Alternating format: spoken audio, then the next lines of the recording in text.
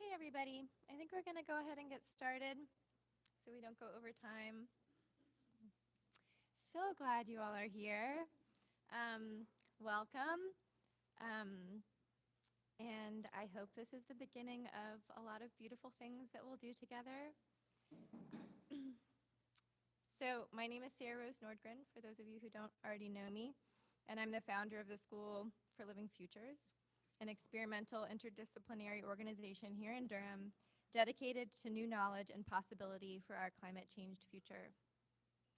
As many of you know, this is the very first installment of the very first program that we're offering through SFLF. And so I'm overjoyed to see all of your faces and also the faces that I can't see that are joining us virtually. The idea behind Living Future Saturdays was to answer two problems. One is how our culture tends to silo different kinds of knowledge, and the other is how the sensationalism of contemporary media and internet algorithms lead to information fatigue, apathy, anxiety, and a sense of powerlessness around the climate crisis. In response, the goal of Living Future Saturdays is to bring people together around the amazingly diverse and creative climate-engaged work that's already happening here in the Triangle and beyond, so that we can emerge out of angst, apathy, and shame and into the multitude of creative possibilities already around us. So before I introduce Bevelyn and Bryant, who you're here to see today, I wanted to take a moment for some thanks and acknowledgement. First, I wanted to acknowledge that the land on which we gather is the territory of the Eno, Shakori, and Tuscarora peoples, who have stewarded this land through the generations through to this day. May we aspire to uphold our responsibilities according to their example. I also wanted to thank all of the people who've helped me make this series possible, especially my sister, Krista, who is not here today. She's traveling. She'll be here in future, and I hope you'll meet her. My husband, Brandon, who is here doing our complicated tech, and the wonderful Carrie Elsie, who is proprietor of Perfect Lovers. Hi, Carrie. Who believed in the idea of this series and provided this fertile space for us together. This event wouldn't exist without their support. So a couple of procedural notes. Please silence your phones if you haven't. Also, we would like the space to be as accessible as possible to all bodies. So if you need to get up or move or stretch or take a break during the event, we invite you to do so. And then one more note before I introduce Bevelyn. Much of this, as you know and can tell, is an experiment. And one of the things that we're experimenting with is a response activity called Frames, which is basically an opportunity for us to highlight words, ideas, or moments from the presentation. So as you're listening to the presentations, think about, just as you're listening, what you would be underlining if you were reading with a pencil in your hand. Like, what would you be highlighting or what would you be underlining? And after the presentation, there'll just be a quick chance for people to kind of call out what those frames or underlines are. I think it's hopefully a chance for us to highlight for ourselves certain things that we might want to remember, and for each other, and then also it's good for the speakers to hear what people are responding to. And then at the very end, after both presentations, there'll be a chance for more Q&A and discussion. So we are going to get started with our first presenter,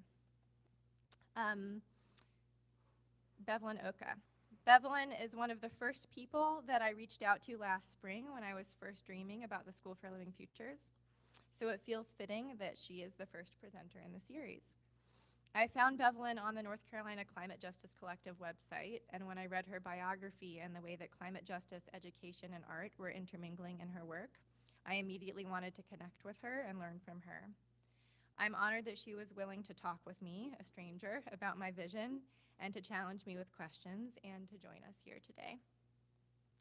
Bevelyn works as a consultant to train youth and adults in building skills that encourage equity, organizational efficiency, cultural connection, and collaboration. She's traveled around the world and lived in 3 countries. She's a self-taught artist, developing her practice as a form of inner resilience, hoping that her work inspires others to build their own self and community love practices. Bevelyn received her BA in International Studies, Sociology, and Anthropology from Guilford College and her master's in Intercultural Service Leadership and Management. She's the founding consultant of AFI Oak Consulting, co-founding consultant of the North Carolina Climate Justice Training Cooperative, and co-founding consultant of the Oralite Collective. She coordinates the Food Youth Initiative Program, a program of the Center for Environmental Farming Systems, which engages youth that lead food justice work across North Carolina. Bevelyn also serves on the boards of Transplanting Traditions Community Farm, Rooted in Community, and the North Carolina Climate Justice Collective. So, welcome, Bevelyn.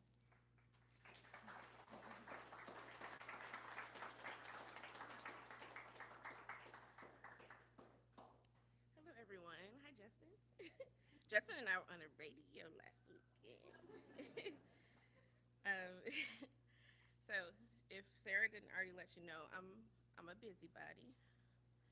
Do a lot of stuff, and I'm only able to because a lot of my work is in collaboration with very beautiful people.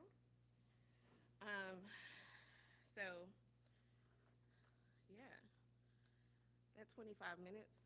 We got 25 minutes, y'all. It's like culturally, that's a challenge. It's a hardship, but we're gonna work on that. We're gonna work on that. Hello, everyone. Just want to take a moment to check in.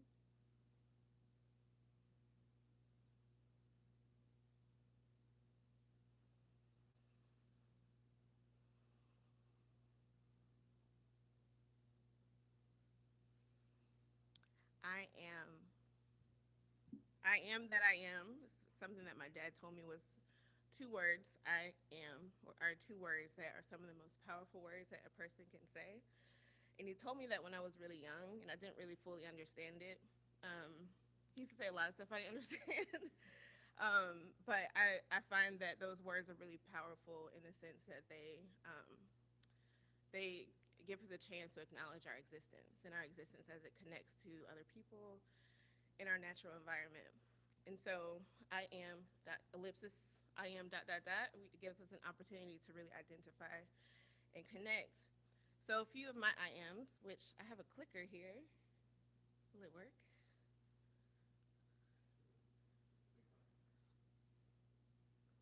It's not working. Sorry.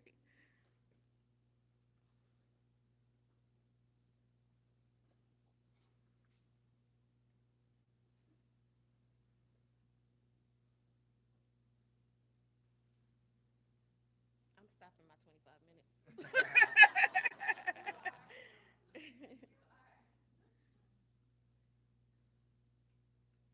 And I can also do it manually if that would help.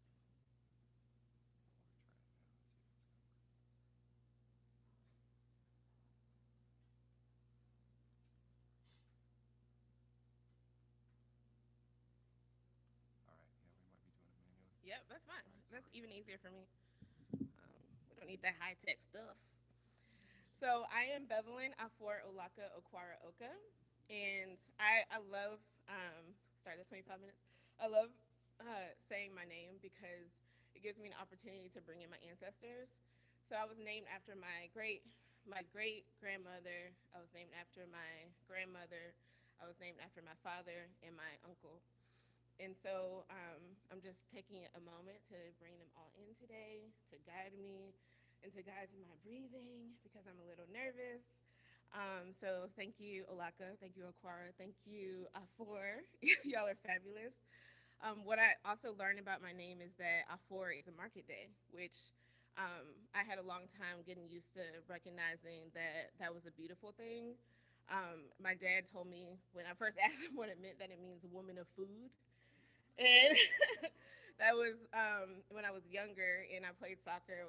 I was an athlete and I always had all these insecurities about my weight. And out of all my siblings, I was the larger person. So I was just like, if I add this up, this is why I am chubby and none of my siblings are, because you named me woman of food.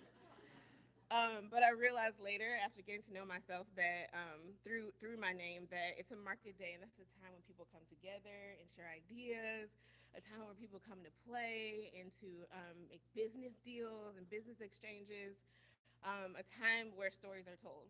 And so Today, I'm going to be talking about stories and some tools that I have gathered from not only my Nigerian identity, but my multicultural identity to not only understand myself within this very diverse context called Atlanta, Georgia, which is where I grew up, and then North Carolina in the United States of America, and then as a global person who's multi multicultural, but also in relationship to the natural environment. And um, yeah, so I wanted to start off by naming that I felt really lost a lot growing up, but I had very dynamic siblings and very beautiful family that helped me to understand that I had purpose, even if it was only connected to my family. And so it was very early on that I was very motivated to find tools of connection and tools of learning how it is that I connect with anyone within this broader multicultural setting. And I found that um, my art practice has been a connector, but before I started my visual art practice, words and language really helped me to understand who I was.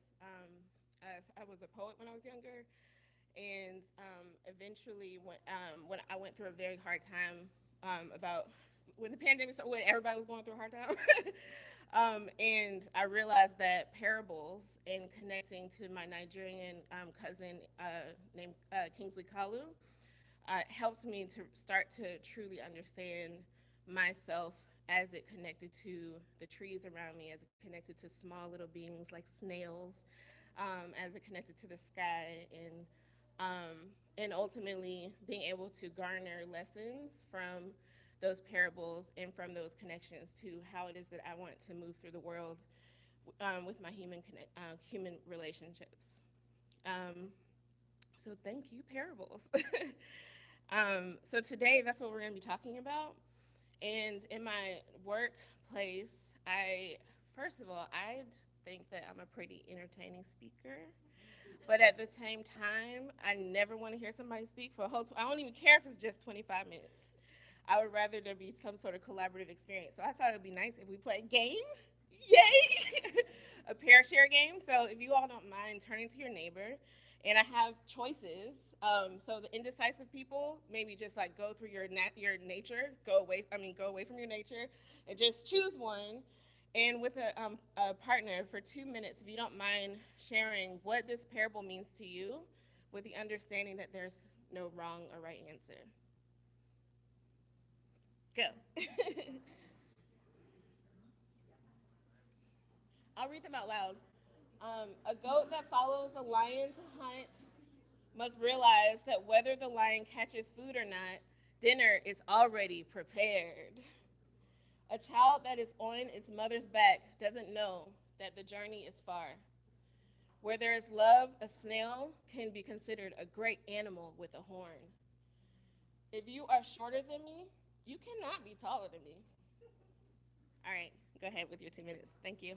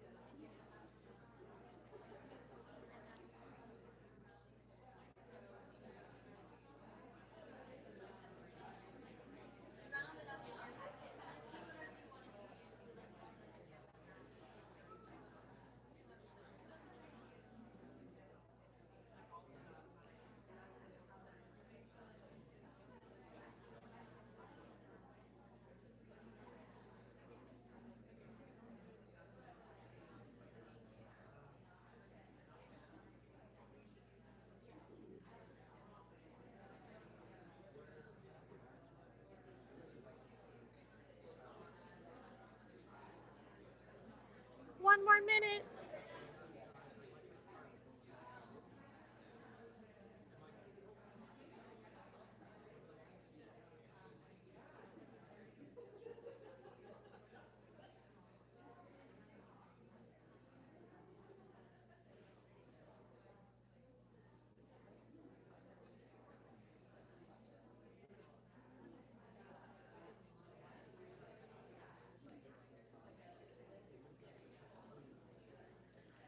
that parable's amazing. So we're gonna come back, take maybe 20 more seconds to wrap it up.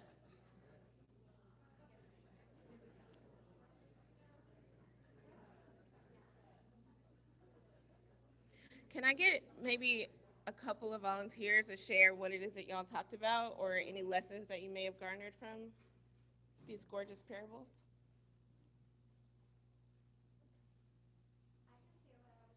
Mm-hmm. Yes, please.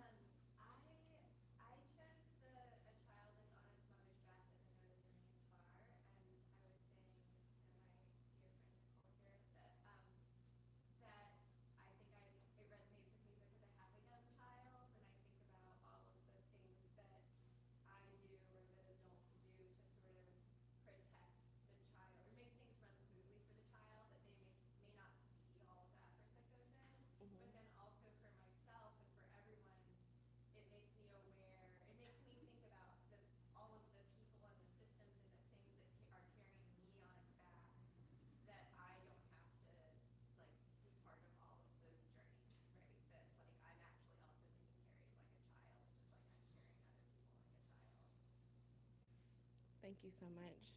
That was deep. Climate justice is human justice or economic justice or racial justice. So thank you for bringing that up. Maybe one more volunteer or pair. Yes, please.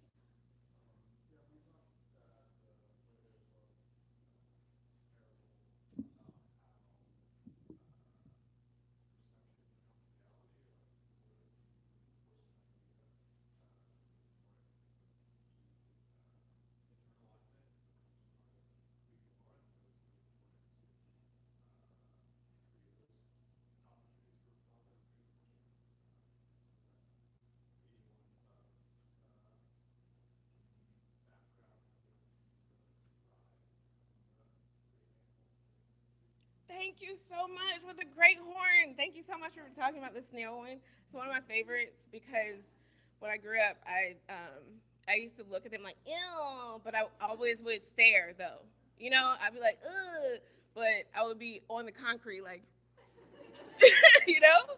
And so I actually wrote an entry, like I guess a chapter about that specific parable. And to do it, I did a lot of research on snails, and they are ancient creatures that like have this beautiful lung that is connected, like that brings this oxygen, this body that we're connected to, and their slime actually protects their body. It's like that thing that we're like, ew, is a protective mechanism. And sometimes us protecting ourselves or holding space or creating boundaries is a nasty looking thing to other people or to ourselves when we're not used to that. And so, with that specific research, and there's so many more things about the anatomy and the existence of snails that have helped me to just have a lot more compassion for myself and also to redefine what love means. So, thank you for that. Thank you so much. The next thing here is actually to please share. So I'm gonna keep going and just also name that just like investigating the relationship, our relationship to snails, our relationship to love, and our relationship to this process of being carried, our relationship to mothering or to parenting. Um, a lot of this work is about our relationship to our home and our relationship to our home meaning our own bodies, our home meaning like I create home with some of my best friends that are here. I create home with my partner, my chosen family, and so I thought it would be good since the title of this this talk is it starts with our ecology to talk about what ecology means to really break it down. And so eco it means home, and ology is a study of home. And I find that oftentimes um, in the process of when it's time for us to engage, what you were talking about earlier about the climate crisis, or to really ground and to give us an opportunity to really understand what's happening and therefore to grieve. And so I think that a breakdown of these three, the study of, which to me is a process of reflecting, it's not just observation, in this, like, scientific method process. It's a process of observing, of meditating, and of listening. Um, and this economy process is the management of ourselves in relationship to others, and the management of organizations to be in alignment with the goals that we set. Because I'm just gonna be real, y'all. We be lying, and we lie to ourselves. we lie about what it is that we're doing organizationally, and we lie to one another. And the word lie has this very negative connotation. Um, but I think it's very important to sometimes name things. And also another way of saying this is that there are a lot of false narratives that we have been trained to embody that compel us to continue these stories further. I think that lying has kind of like a blame and shaming connotation, but these are stories. There are stories that we carry forth um, that continue these negative extractive processes, not only on a global scale but within our own bodies. And so, how can we differently manage our relationship to home? And then relationships. This is my favorite one. I'm kind of sort of. I just discovered this recently. A little bit of a recluse. Like, I like people, but I don't like hanging out with them that much. You know what I mean? Does anyone relate? Raise your hand. But at the same time, with gratitude, and only with gratitude and faith, I have recognized that I am who I am, and I am Bevelyn Afor Ukah because of the beautiful relationships that I've been able to found in collaboration with other people, but also to set agreements that are related to our purpose in coming together and to honor those processes. And so, how is it that we can manage our ecosystems in our relationships, to observe them, and to really ask that question: Are we honoring our mission? Are we honoring um, are we honoring the process of creating mechanisms that connect us, or systems that connect us back to our life purpose? Which it sounds very woo woo, but that's me. Okay, y'all know what I mean when I say life purpose. If you don't, read some parables, y'all. It'll help you. So the next thing I wanted to share, let me look at the time, because I made an agreement. I'm trying to be accountable to them. um, the next parable that I really want to talk about, the palm wine tapper. By the way, these are all my originals, just in case y'all didn't figure it out. Parable that I really want to talk about, the palm wine tapper. By the way, these are all my originals, just in case y'all didn't figure it out. So there is a parable. It goes, the palm wine tapper cannot say what they see when they are upon the palm wine tree, or the palm tree. And when I first read that, I was like, yeah, because the person's in the palm tree, how they gonna be talking to people, you know? And I sat and I thought about it in relationship, because I grew up with oaks and magnolias and um, longleaf pines and beech trees. So just thinking about the trees in my area, and imagining what I would be climbing in my own area, which I climbed a magnolia next door. We definitely did not believe in borders. We were all up in this woman's yard and climbing this tree and hiding in the leaves and feeling that safety of the dark leaves around us. And so, as I was thinking about the the feeling of being enclosed in this space that felt like a little secret, all of the things, if I had been the same age as that tree, or the same age as a 2,000-year-old tree, all the things that I would see, and all of the things I would witness. And there would be love stories that I would witness. There would be injustices. There would be arguments. There would be so many different secrets. And so, there would be births. There would be deaths. And to be able to hold that information and honor it, just that process feels so beautiful. And also, what if I didn't hold it? What if I heard somebody over here kissing somebody not supposed to be kissing, and then I just went and told the whole community, you know? that's not a process of really honoring, honoring like the larger context of a given situation. And so it had me thinking about my own neighborhood and the different conversations that were going on underground between trees, through the root systems, and through mycelium, through the fungi systems, and all of the secrets that would be whispered that we could very well be a part of, that we could very well in our own intuition know about. And it feels beautiful to be able to contextualize that in a historical framework. And so one day I was on a walk in my neighborhood, and I went to it was a shoot, where do we bury people? Thank you. It was an old cemetery that I always wanted to go to as a child, but we always passed it, and it was like a 30-minute walk from my house. And when I got in there, I had this really terrible stomach ache, and it felt energetic. And the reason why I wanted to go to the cemetery is because it was canopied, and like you couldn't see, there was no sun, and it just felt like I was enclosed in this like mysterious space. Even though the sun was out, it was. And so as I felt that pain in my stomach, I just started looking around, and a lot of the stones were from before 1860s, the 1860s, and that was a Confederate burial site. And I can't speak to the lives or the stories of who is buried there in any negative way, but I did feel this sense of unwelcome and that wasn't supposed to be there, or that there was healing that needed to take place that was in a healing process was not my business. you know. As soon as I left the canopy, I just felt the sun on my face, and then the pains went away. On my way home, I saw a black man being pulled over by a police officer, which was very rare that I saw in my neighborhood. My neighborhood was a bunch of old black ladies that would give us apples and candy canes for Halloween. My daddy started taking us to the rich white neighborhood, y'all.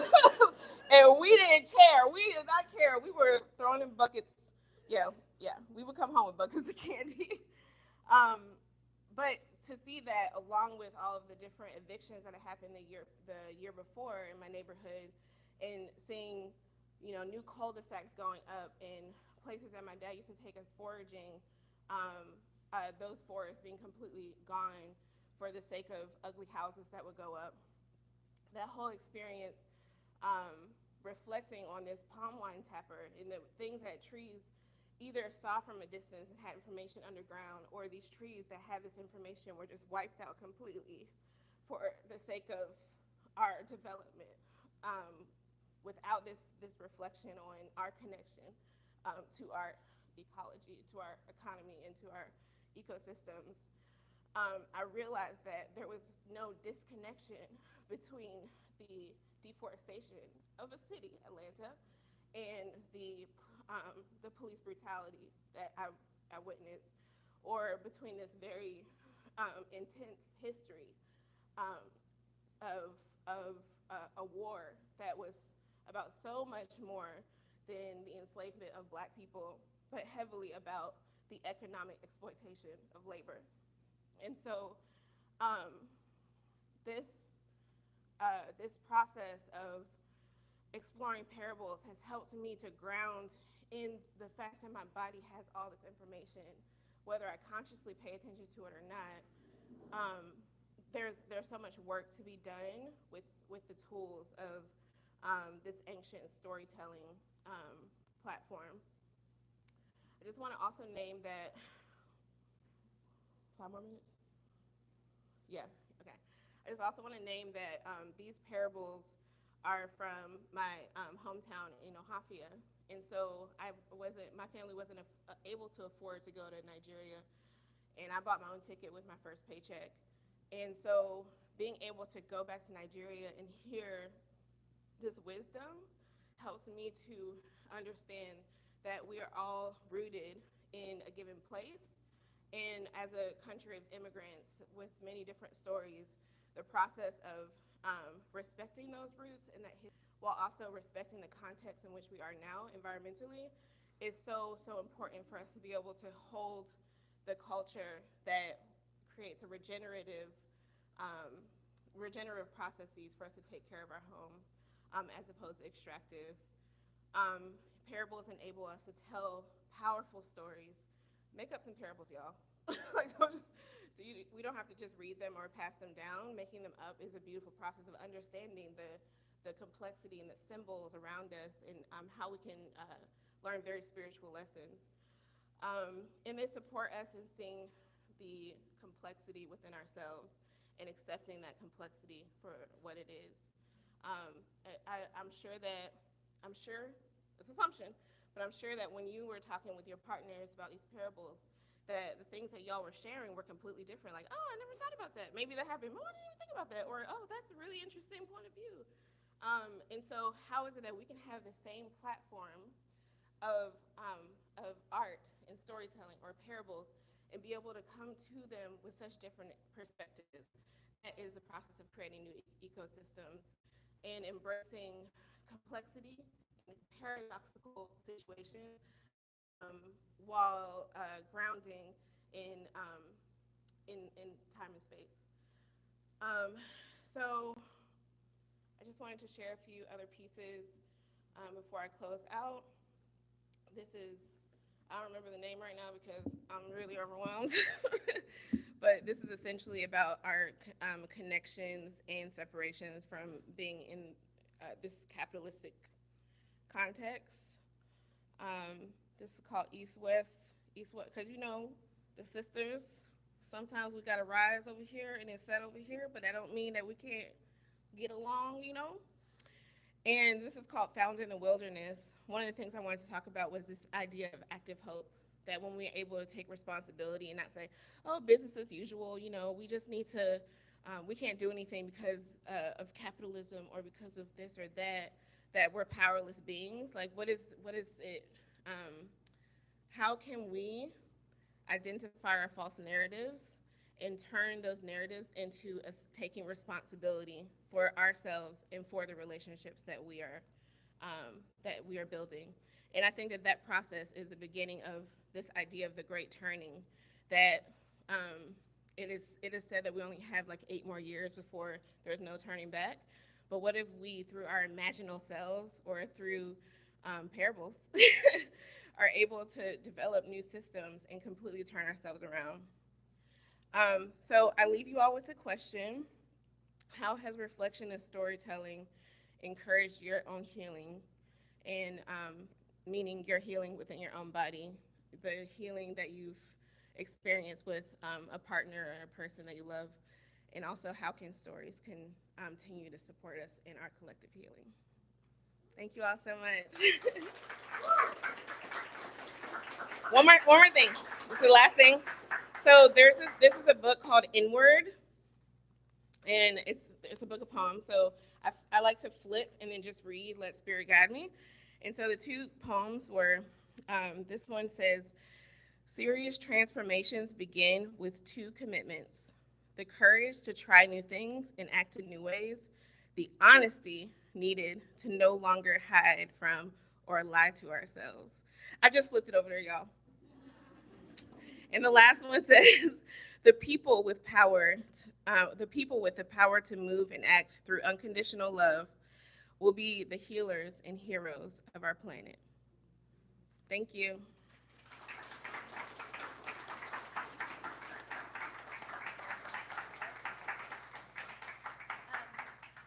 So before we move on to our next speaker, we're just going to do our quick frames here. And I think you guys get the idea, right? We're just underlining things that Bevelyn said. And so I'm going to start, and the thing that I want to frame is the idea or the image of the trees whispering to each other underground, and the idea that we could tap into that intuition in our own bodies and be able to hear secrets and information that we can't already hear. All right, other underlines, frames.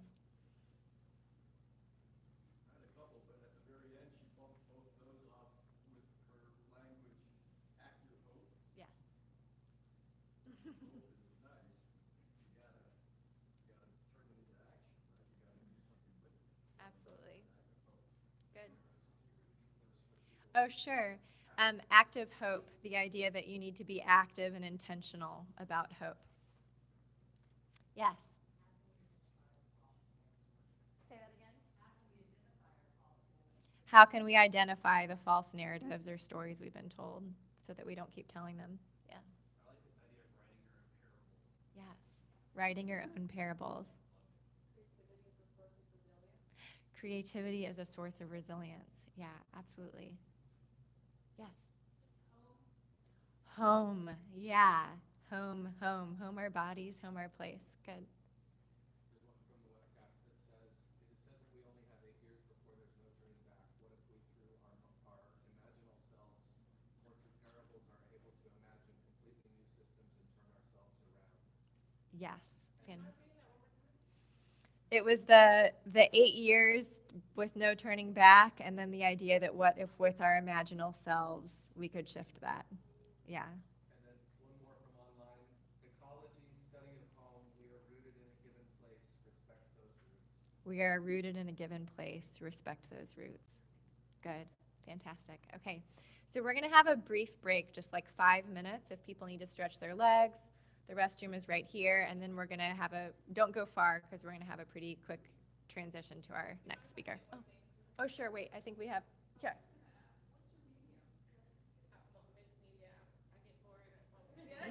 Mixed media. And they're,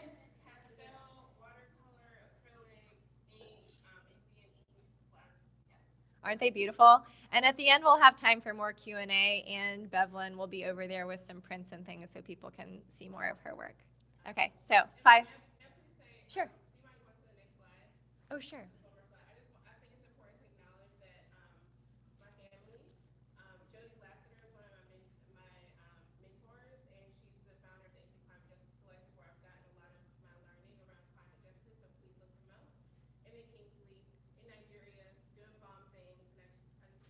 Good. Yes. Good. All right. All right. See you in 5.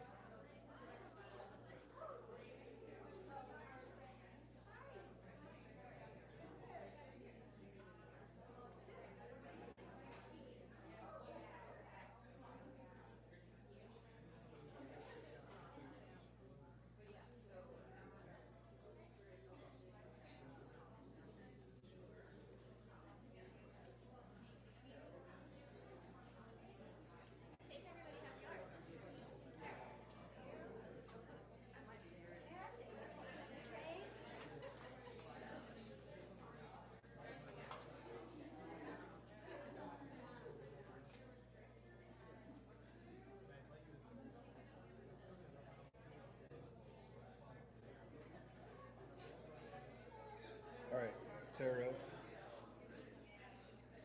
This is working right now. Okay. So forward, backward. All right, great. Super, thank you.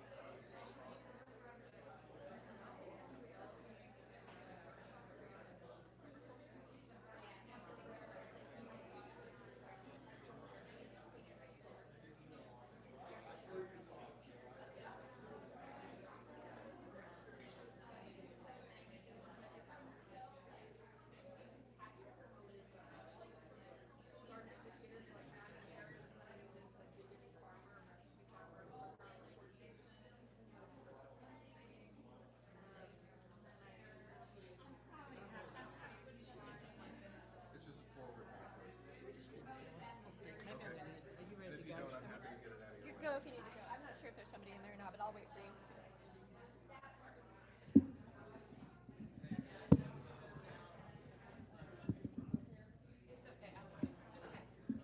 We could go on forever, thanks.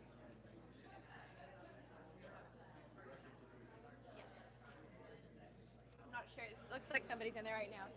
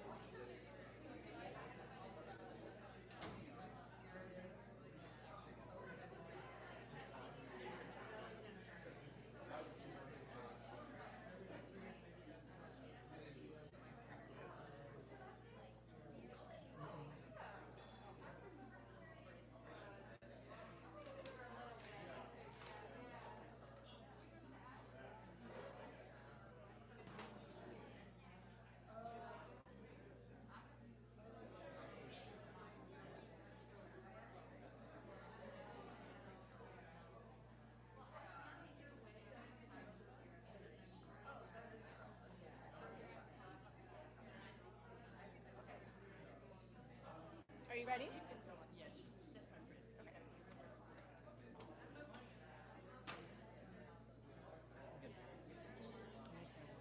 Okay, everybody, if you want to make your way back to your seats, we're going to reconvene.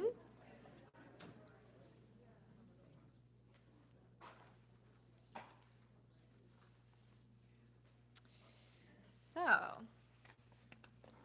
here we are. Does everybody have their ball of yarn? Does anybody not have a ball of yarn? Okay. So we're going to next welcome artist Bryant Holsenbeck. I can't remember how I first came across Bryant's work, but as soon as I saw the images of her animal sculptures, so full of personality and care, like stuffed animals who have developed souls through years of a child's love, I wanted to meet her. On her website, she writes, "I make art with stuff we no longer need, transforming it. My hope is that people will begin to think more about what we throw away, where it goes, and finally be inspired to use less of it. It is this transformational power, this possibility, that art offers us as we build our living futures." Bryant Holsenbeck is a hunter and gatherer. For over 30 years, she has been documenting the stuff of our society which is used once and discarded.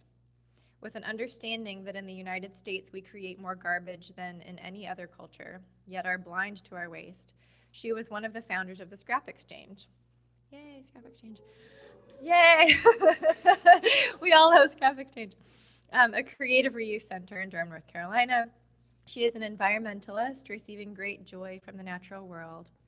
Holsenbeck uses found objects to make sculptural animals inspired by nature and installations using large quantities of societal cast-offs.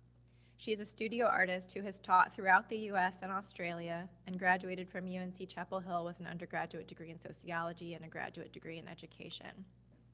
Please welcome Bryant.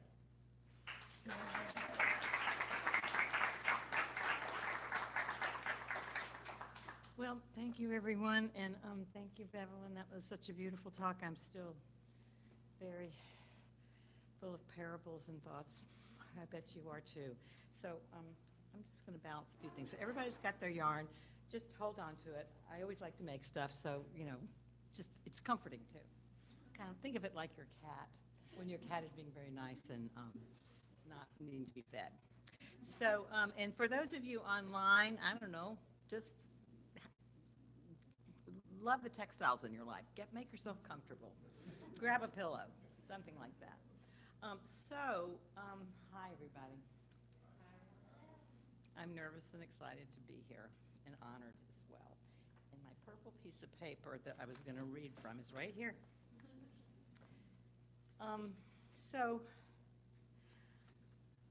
I have been thinking about what I was going to say today, because this is not like a normal art talk. It just felt like something else with living futures and what you said about wanting to live a life that you did all you could for your children, your child.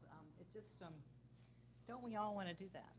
Do the best we can with what we've got, because if we thought about all the things that are so hard, maybe we could just get paralyzed. And Bevelyn, thank you especially for talking about the roots and how our world is, it's a living being. It's a living place that we live, and we just so need to care for it.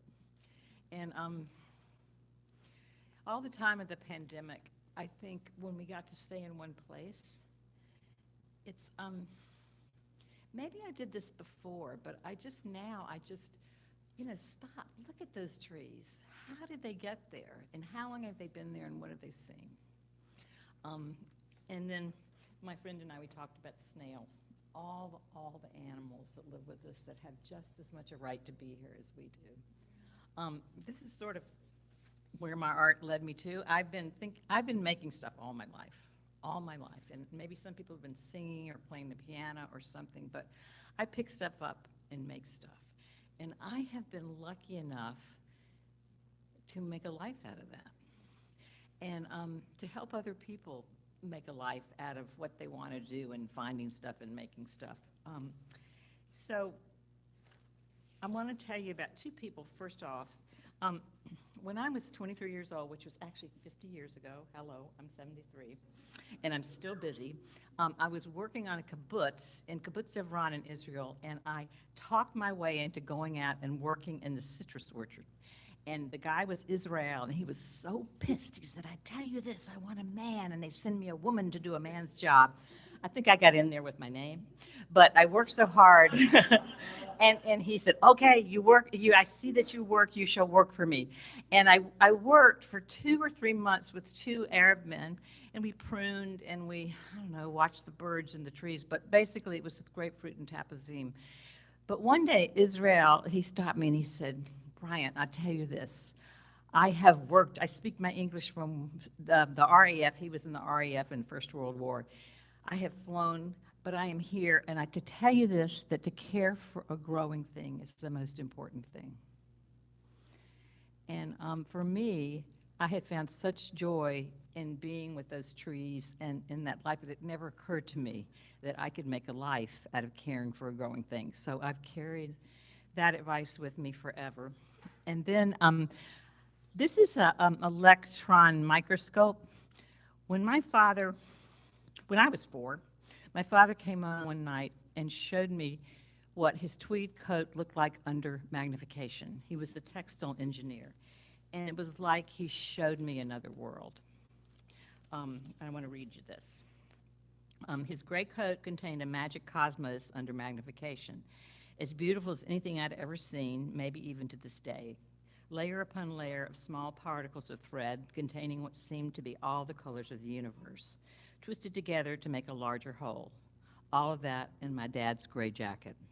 I did not know then that what he showed me that evening would become the foundation of how I looked at the world as I learned to see and understand it. Layer upon layer of smaller systems woven together to make a whole, everything, everywhere, all the time.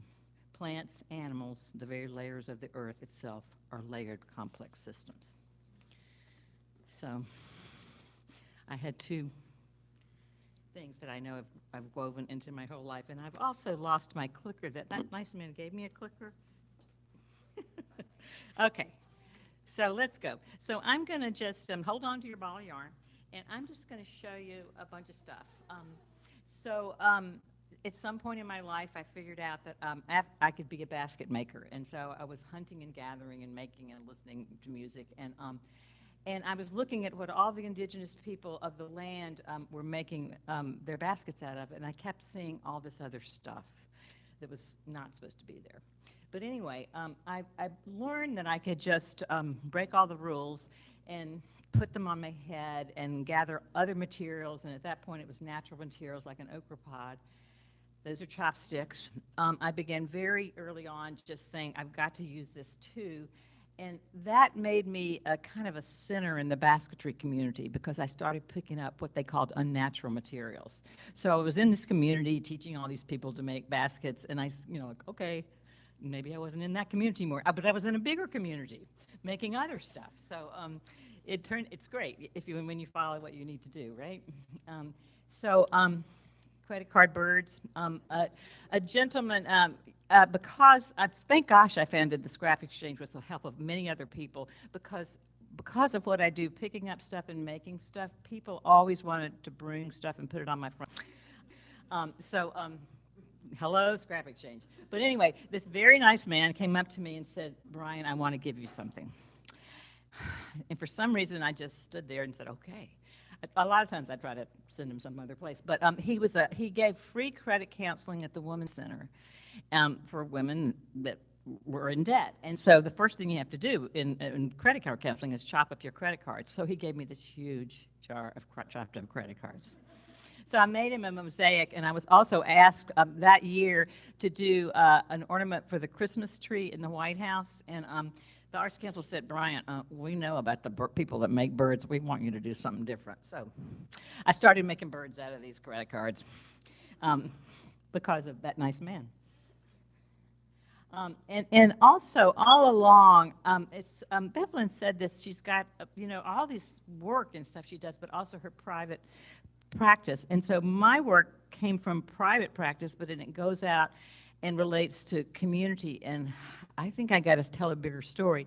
And this was the first time I ever did public art, and this was when Sunshares was a nonprofit, a recycling agency, and so I talked to them and the Arts Council and of Durham I said it looked like Stonehenge, but it was one day's worth of plastic that was baled. It did not look like Stonehenge.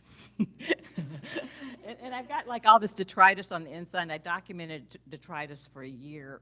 But anyway, but that's the crew at that time. And every time I'd go around the corner, I'd say, "Look, trash, oh no, it's my art project." But, but it's the first time I ever got yelled at. You can be yelled at for trying to do something nice and environmental, because people do not want to see what is thrown away. They want it to disappear. And we have a big responsibility because it doesn't disappear, as you know. I keep doing that. So I began collecting a lot of stuff of my life, and that's my mail for 1 year and all the plastic silverware. And the very beginning of bottle caps, a sociologist that I am. And so, okay, also old shoes. So this is a project I began. I made these labyrinths, and I got the kids to say, I want you to say with the shoes what you think people need to see and know. And so they did.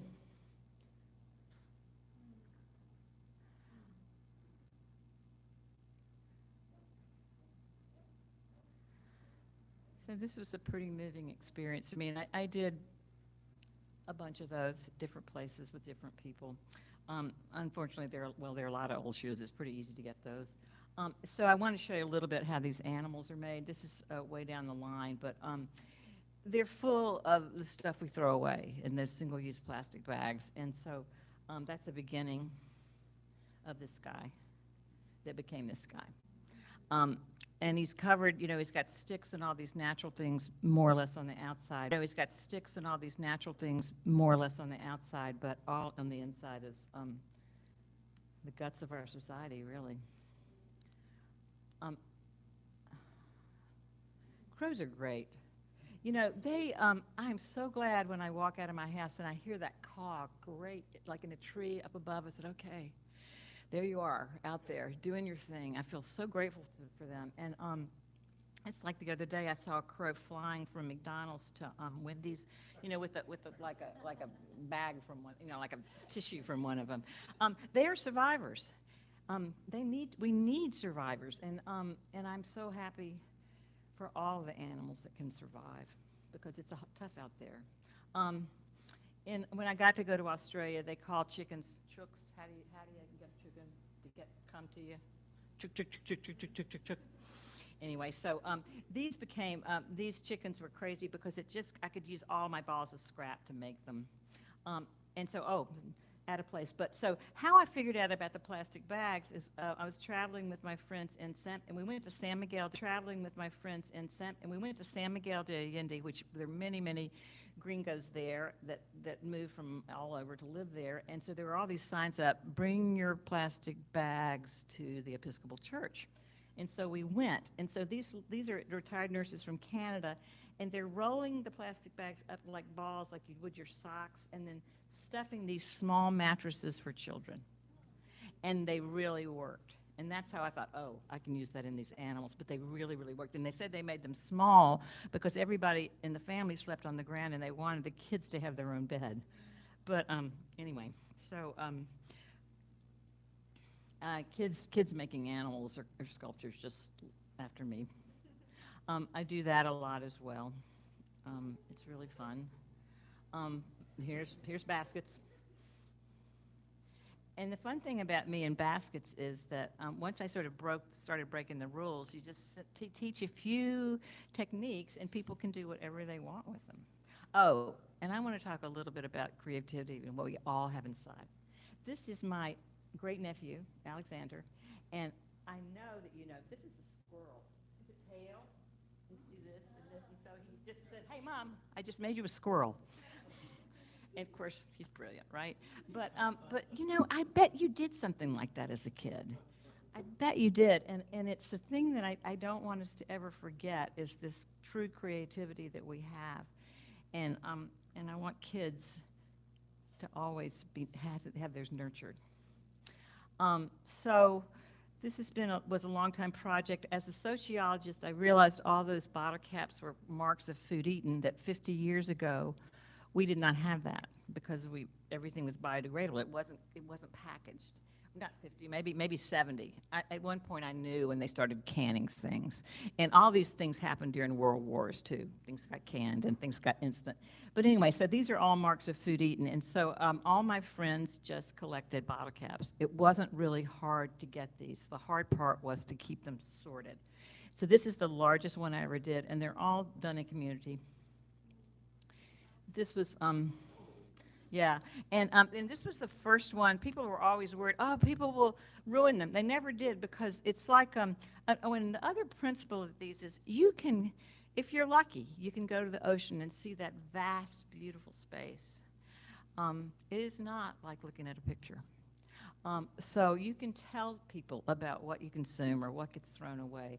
But my hope is, with these vast things, that people will start to internalize, oh, those are everyday objects that I throw away, that I have. They're all, you can count them. So, and then, of course, it takes a village to make them. And everybody helps me with put this here and colors and stuff. And Anne Marie, this is my friend that I thought was going to be here at Wake Tech. I just wanted to just see, again, all the people helping do them. This one, and you can see how they've got such depth, too. But what I wanted to tell you about that other one was that was sort of the last one I did and one of the largest one, and it was the first time that people, it's in the middle of a library. It's the first time that people did not stop and always be in awe.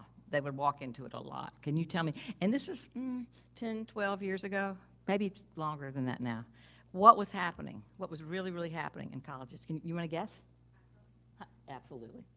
Everybody was going like, yeah, everybody was going like this. There was a time when some people were and some people weren't, but it was everybody. And so these two guys were like, they'd gotten drunk too many times and were on probation, so they'd come back and fix it every time. They were my buddies. You need help. Anyway. And this was, done in a mall. At one point, the thing about doing art like this is sometimes people just don't take it seriously. So we got this grant to use all these bottle caps, and all these kids all over Winston were going to come to help, and none of the museums could have bottle caps in their museum. So the lead teacher said, I'm going to fix this. Public art, we're going public. So this was in the mall. And it was, everybody still talks about it. Give the caps to kids. This is the way they decided they were going to make their mandala. And so another huge issue, of course, is plastic, single-use plastic. And so this is the first waterfall I ever made out of plastic bottles. It was made in Midland, Texas, where it's the middle of the Permian Basin where they can't drink the water. It's where pump jacks are everybody, and you don't own the land, but underneath you, nevertheless, you don't own it. So these students helped me make it, and that child there, she read on the bottle, it says purified. And so all those bottles were purified, and so we just named this Purified a river in the desert. You can sort of see it there. And so any sort of project like that, what the joy of it is all the people coming together. This was in Pennsylvania, and they were so excited to have me there, and all the elementary schools came, and everybody was so excited to have something to do with their plastic bottles for a bit. Weaving. Hold on to that ball of yarn. Weaving like a bird. It's a repetitive process that we used to have so many repetitive processes in our lives that we don't have anymore. Sowing seeds. I'm kind of nervous, so I can't even think of any more, but just when washing the dishes, but more than that, hoeing. And so when I go into a school and do a weaving project, kids do not want to stop because nobody has given them permission to do anything that's over and under and around. And so it's a really lovely process. And so I've made, and so kid designed, I bent the wire, and they all wove it. I love this bird one. And I missed the slide where all the kids are holding up and hiding because I'm really not supposed to take a picture of the kids themselves. But anyway, so there's the excited assistant principal when we got it finished. And okay, and this is the last one. This is at Nag's Head. And so you can sort of see the process, not quite finished. We're trying it out. So, and this was, you know, making it three-dimensional. And those were my guys that helped me do it. And this is me at the ocean when I first began to pick up plastic waste from the ocean, which I know you know how much is out there and you've heard about the turtles. But I mean, it's like once you start looking, I know what white shapes are plastic and what are not. This is one day I was one day in January, and I think that was the reason that that's also an important picture is that's the year I decided I was going to try to live without single-use plastic. And that innocently happened because I was doing a mandala at UNC, and I noticed that all the kids had water bottles. And of course, I was using and reusing my plastic bottle. And then I thought, wait a minute. So anyway, then I thought, my sociologist in me said, if I can do this, it wasn't so long ago when we didn't have plastic, I can do this. And so I did it for a year. I got a lot of help from my friends with suggestions. Like one time I wanted to go camping, and I said, all right, I give up. I'm going to buy plastic in I'm going to buy ice in a plastic bag. And so a friend of mine says, so you don't know any friends that either work in a bar, go to a bar enough, something like that. You can get yourself somebody. If somebody knows somebody that has an ice machine. I mean, so there were always those answers. And so what that did for me was instead of just worrying and saying too much this and that, it made me feel, I don't want to say powerful, but understanding that you don't have to do this, and sort of training myself to do much less of it, and that felt really good. And you know, my yoga group still, they tell me they still do it, you know, whatever. But I mean, one of my best stories is forgetting my bags and trying to go back to the car to get them, or to hold them in my hand. And this young man said, "That's right, ma'am.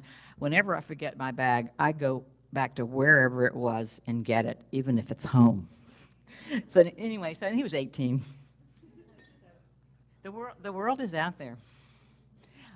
So more of that plastic stuff from the ocean, a bunch of it washed up.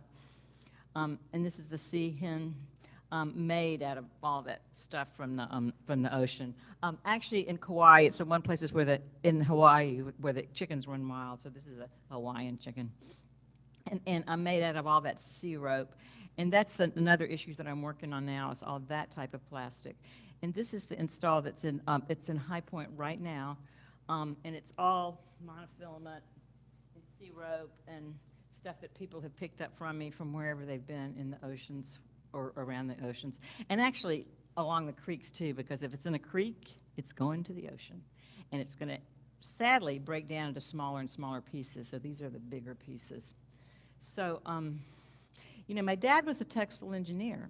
And I remember him coming home and showing me this piece of rope that was maybe as big as my finger and saying, this can pick up a car. And it was like magic. So he was in the middle of a process of when cotton was going out and losing it, and then you know, all this stuff happened. I mean, that we didn't think that nylon was not biodegradable, but there we are. Okay, is it time for me to quit? Time for me to quit? Okay, so other people, Zhu Bing, making this out of detritus from the buildings in China.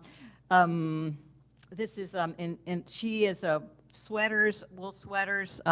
They felt in nature, and she was thinking about homeless shelters, wood, the plight of the elephants. They make carpets.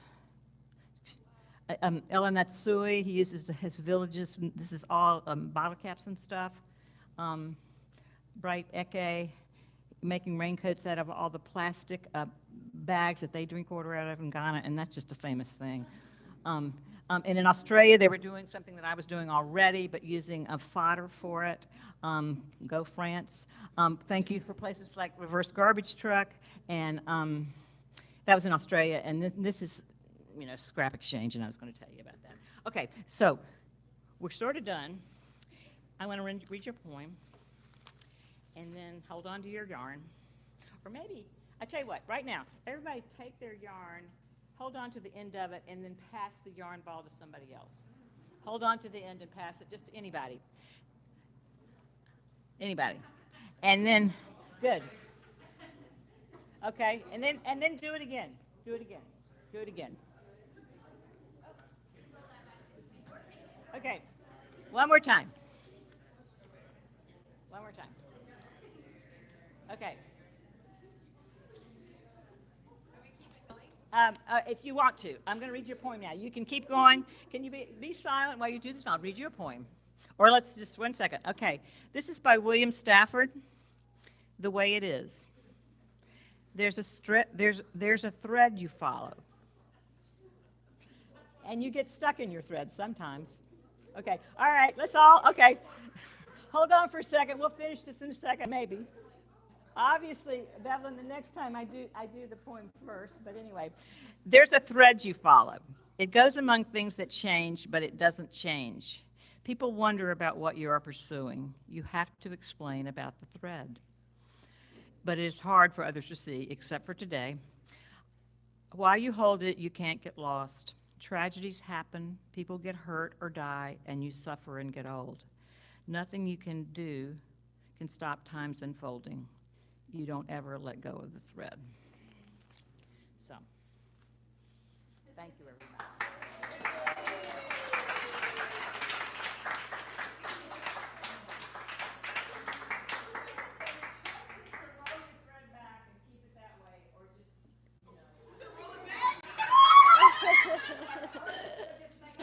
Or just keep weaving.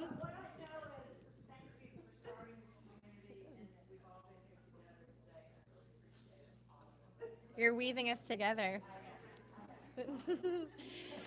So,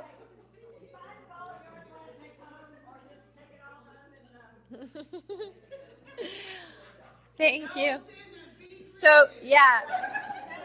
Okay, everybody, while you're weaving or unweaving, whatever your current activity is, let's do some quick frames here for Bryant's talk. I have this microscope if anybody wants to. Okay, cool. The ones that I want to start with are the idea of the most important thing being to spend your life taking care of something that is growing, or whatever the exact growing things. I love that. And then also the idea of how many people it takes to come together to create some of these projects that Bryant has envisioned. All right, other frames, highlights, underlines from people. I like the juxtaposition of plastic with real material. Both are used. So I'm going to repeat things for the people online. The juxtaposition of plastic and other garbage with what did you say? Real natural materials. I like the idea of meditation through repetitive processes. Yes, thank you. The repetitive activities that we don't necessarily have anymore. Our repetitive activities now is like what? Scroll, which is different. Yes. The idea that people do not want to see what has been thrown away and that we have a responsibility. Yes, the idea that people don't want to see what has been thrown away, but that we have a responsibility to acknowledge it. Good. Yes. I was wanting that one piece to be called Chicken of the Sea. Chicken of the sea. Yeah. Love it. Okay, wonderful. So I'm going to call Bevelyn and Bryant back up here because now we have a chance for more of a discussion and Q&A. And I think I'm going to take this microphone out so we can pass it around so that the people online can hear us. Got it. Okay. So this is a chance for us to make connections and ask questions. So connections meaning like maybe connections that you observed between the two presenters, maybe places that their work intersects, and then also just connections that you make with your own brains and bodies and memories and associations and just things that were sparked for you, and then any questions that you have for either of the presenters. I will start. I feel like that makes it easier for people with a question that I have for both of the presenters, which is how does your work fit into the future that you want to see?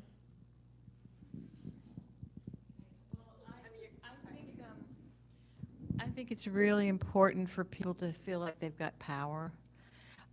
If you sit at home alone, you don't feel that, but I think it's, even if it's like the repetitive process, but getting together with people and making things and learning. That's why I gave you all those balls of yarn. It's like we got to keep awake. We got to keep moving our hands and making and thinking and listening and planting.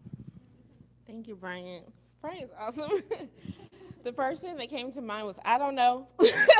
But I think that is really what my artistic process and an artistic process in general supports me in a community in doing, is to have faith and to stay grounded in this process of weaving and in this process of connecting.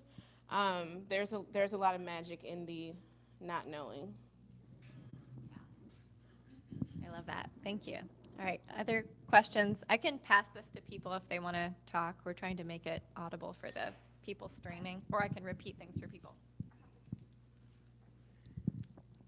Thank you both so much. This has been really powerful.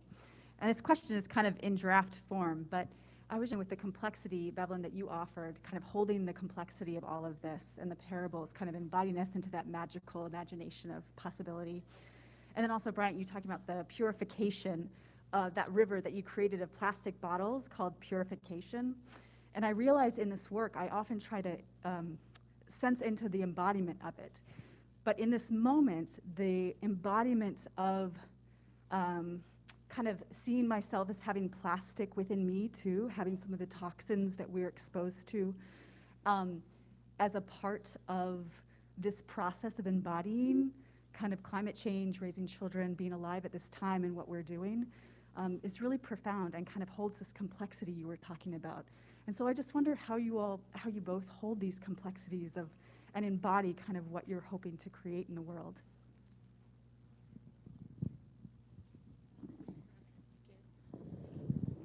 I'm just kidding. I was gonna say, I don't know. Thank you for giving that example of the plastics, and then also talking about this multi-generational challenge. There's a lot of folks that are naming they don't want to bring children into this context, and I do a lot of youth multi-generational work. And one of the things that right now, I'm gonna be honest, y'all, this generation right now getting on my nerves. So I might have to tell people that I'm not I'm not a youth advocate. I'm just kidding. I'm just naming that I find myself saying in my head the things that my parents said about us when we were going, like, these kids these days. But to be really real, I think that one thing that helps me to stay grounded is this idea of systems. And so working with youth has really taught me to take responsibility for what I can. And part of that is an exchange with multiple generations of information, and also taking responsibility for what I can do now, while also recognizing that it is so important for us to look into the depths of our own shadows and the depths of our own negative contradictions in order to be able to truly heal from inside out. And I think that the more that I've been able to have an art practice, a visual art practice, and a writing art practice, the more that my body has changed. Like, my physical body has started to transform because I can't watch certain movies anymore. I can't watch, like, John Wick 3, even though 1 and 2 were really good, you know? And so there's a whole metamorphosis, I think, that goes into journeying through our shadow selves, where we're also bringing more light into the world, hopefully with a splash of color. I'm really glad about what you said about making art, because I mean, when you hear all this stuff that's coming in, I mean, I can just get depressed, and I find out if I'm like making owls right now, if I get up and start to make something and try to figure it out and look for them, I feel better. The news is still the same, but I feel like I can handle it more. But I want to also, you know, you talked about the turning, And I feel like that might be like the trash. We want to throw it away and not see it. We do not want to see that turning, but I think you're reminding me that I need to keep looking and paying attention to that, not letting it be hidden. Multi-generational work, y'all. Good.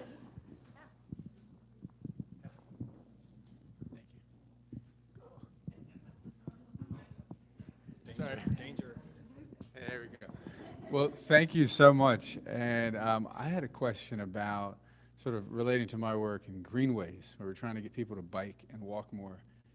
How can we do a better job of connecting with the artist community and to share the stories and to hear how we can, transform in ways that deal with the first use issue or the single use issues and really try to heal communities, bring people together, but do more and be more creative and help everyone transform so that we're proud of the youth of today because they're getting out and they're connecting with each other and things like that. What can we do to better connect with the artistic community around the work that you're doing? Yeah, greenways, linear parks, those kinds of spaces. Artists are ready to help. They're ready. They're looking for stuff. Who's an artist in here that calls themselves an artist? Come on. Yeah, they're all here. They got some ideas. They do, and you just got to give them, like she asked me to come do this. We want to think. We want to do some stuff. Yes, and also some artists don't want to do things for free. There you go. So I would say, in free, I'm looking to, though money's great, I'm looking to also decentralize money exchange. But being an artist, what I've learned is extremely expensive, and folks don't always have a lot of resources to be able to purchase original art. And so to be able to offer compensation or to create mutual aid exchanges, I think are really beautiful entry points for incentivizing artists to come to the table. And then I also think that whenever there's this whole, how do we bring more people to the table question, sometimes the answer might lie in doing that internal, deeper reflection and answering that for yourself, because you are the holder of a lot of wisdom that the greater community may not have. And so figuring out what your niche is and what it is that you offer to artists so that it's a mutual exchange. What is it that you all have to teach? Like, for example, I have a lot of things I would like to learn from you. So having a collaborative conversation and not just necessarily starting with these open invitations for, why is it that we can't get more Black people to come to our events? Why is it that we can't get more of this, this specific subset of people? And I'm not saying that's what you're doing, but I'm just saying that that's one thing that I like to name with organizations.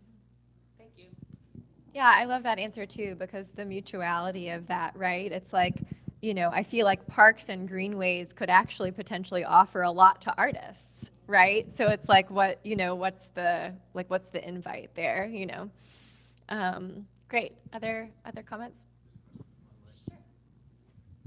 So Emily from the live stream says, and I think this is maybe what you were just talking about, Bevelyn, I'm wondering how to connect the concept of single use with racism/gay/religious phobia, and I am an artist. Please share my question. Yeah. I'm wondering how to connect the concept of single use with racism, gay, religious phobia as an artist. So the idea of like single use in terms of like plastic or garbage, connecting them to these phobias. Interesting. Anybody have thoughts on that? It's all garbage.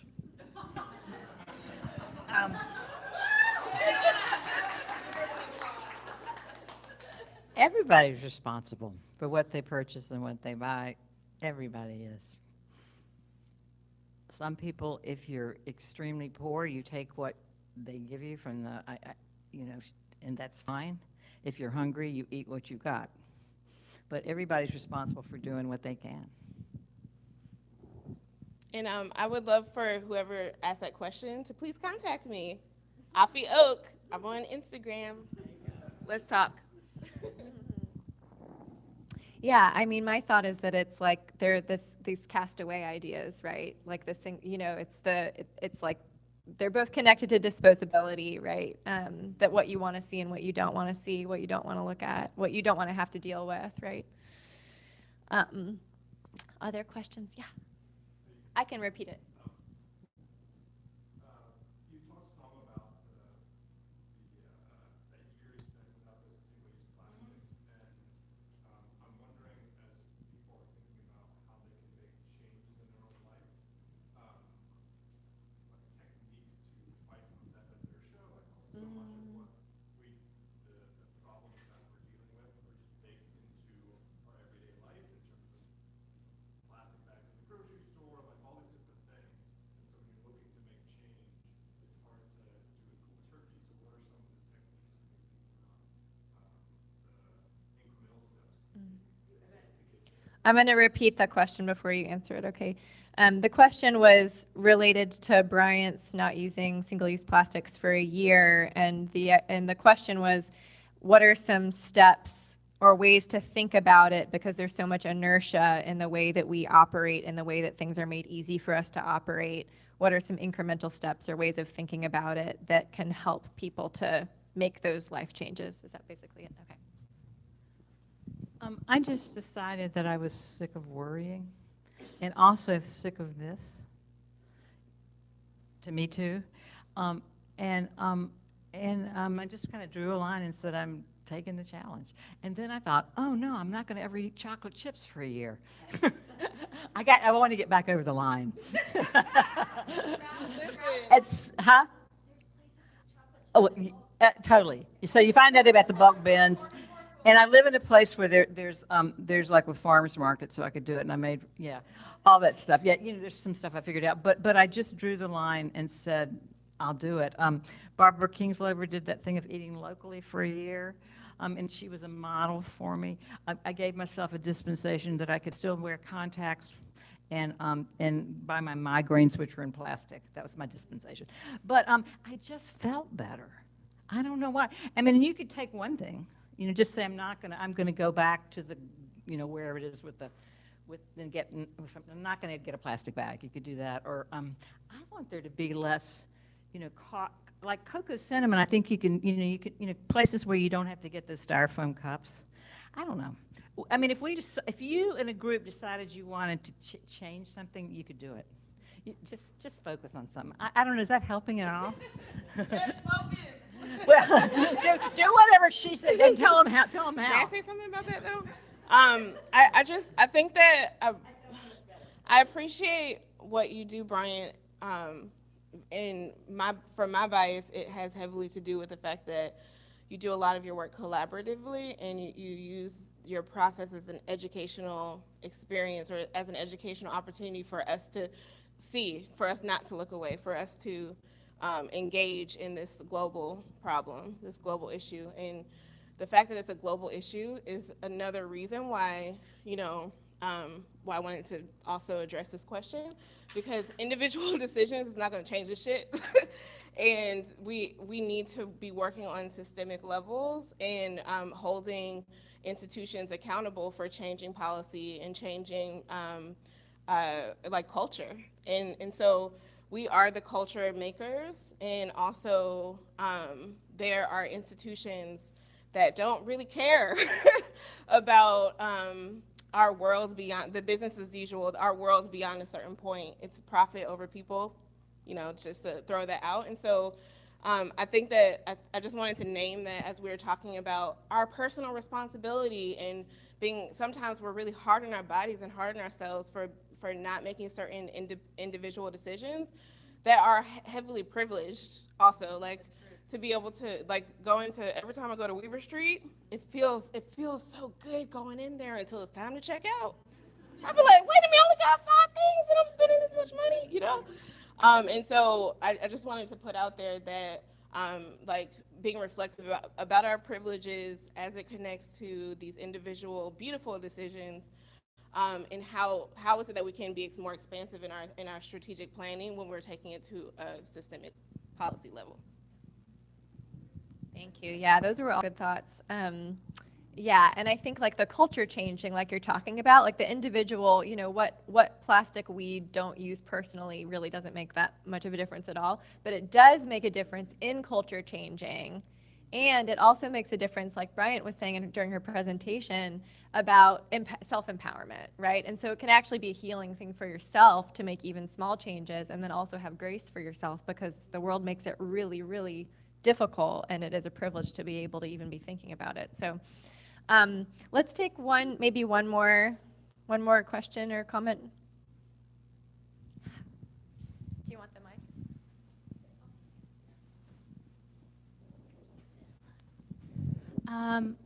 I just wanted to ask again about, is Bevelyn?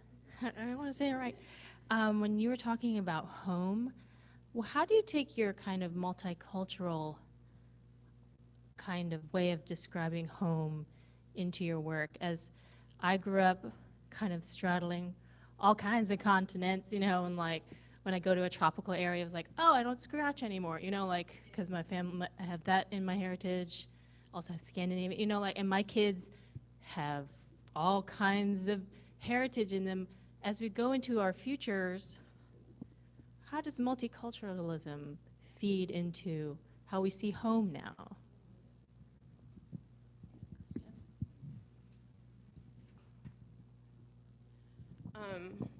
I think that if we pass the mic around, everyone's stories would be.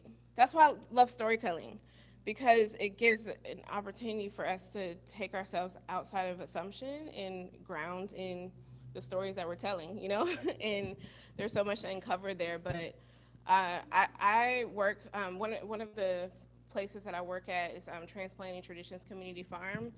And I find that I do really well. So my mom is African American from High Point, North Carolina, and my dad is immigrant. So I have this really interesting dynamic experience. Y'all, my household is crazy. It's beautiful, and it's just like it's like we morphed into our house morphed into something just very different and real, and so in the arguments that happen, they're weird, like within the context of my friendship circles and stuff like that. So but before, that weirdness made me feel really bad about myself, and encouraged me in a lot of ways to have secrets of things that I actually celebrate now. And so I think that working with Transplanting Traditions Community Farm, and I've done a lot of work with African immigrant youth, I've noticed that working with immigrant youth that have come at a young age, or who have been here, who came even when they're teenagers, there's this really dynamic sense of knowing oneself with this big question mark around how to move forward with that I very much resonate with.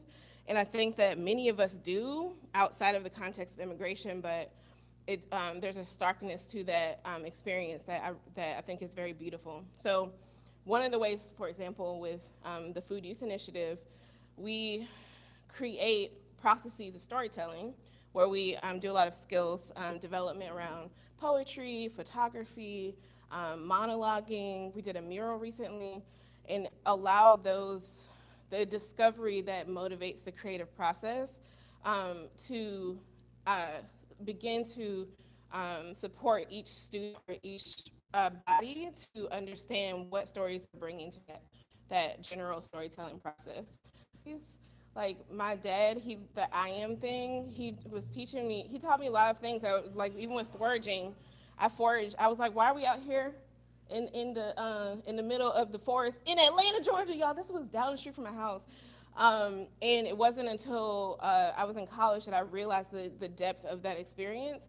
So continue to support this process of like investigating these cultural puzzle pieces, and have it be something that's not a shameful process of talking about those puzzle pieces, and then watch and receive your kids or like all of us put them together and create this beautiful mosaic. Love how you brought it around there at the end. All right, so Sorry, I'm trying to get to our, there we go. So I'm going to just close us out here. Maybe let's have another round, close us out here. Maybe let's have another round of applause for both of our presenters. Thank you so much. Fantastic. I hope that you will join us again next month on March 4th for Indigenous leader and activist Crystal Cavalier Keck and ecosomatic practitioners Michelle Rosick and Jessica Cudney of Way of Belonging. Check the schedule, reserve tickets, and sign up for our email list at schoolforlivingfutures.org so you can stay abreast of future offerings and projects. I have a lot of ideas for things that I want to do, and I also want to hear other people's ideas. So please reach out if you have ideas or want to connect in some way. Yeah, we can do cool stuff. So over here, once we close out here, Bevelyn has some prints and some card decks for sale, and also Bryant has a couple of copies of her book, The Last Straw. So go talk to them and check that out. And then, also one more note. If you want to, feel moved to, you can also chip in a couple dollars to Carrie from Perfect Lovers to help keep Carrie's space going here because we want to make sure that open, creative, community-minded spaces like this can survive and thrive in Durham, and their Venmo information is over there. Thank you all for coming. I hope that you'll say hello before you go, and I will see you next month.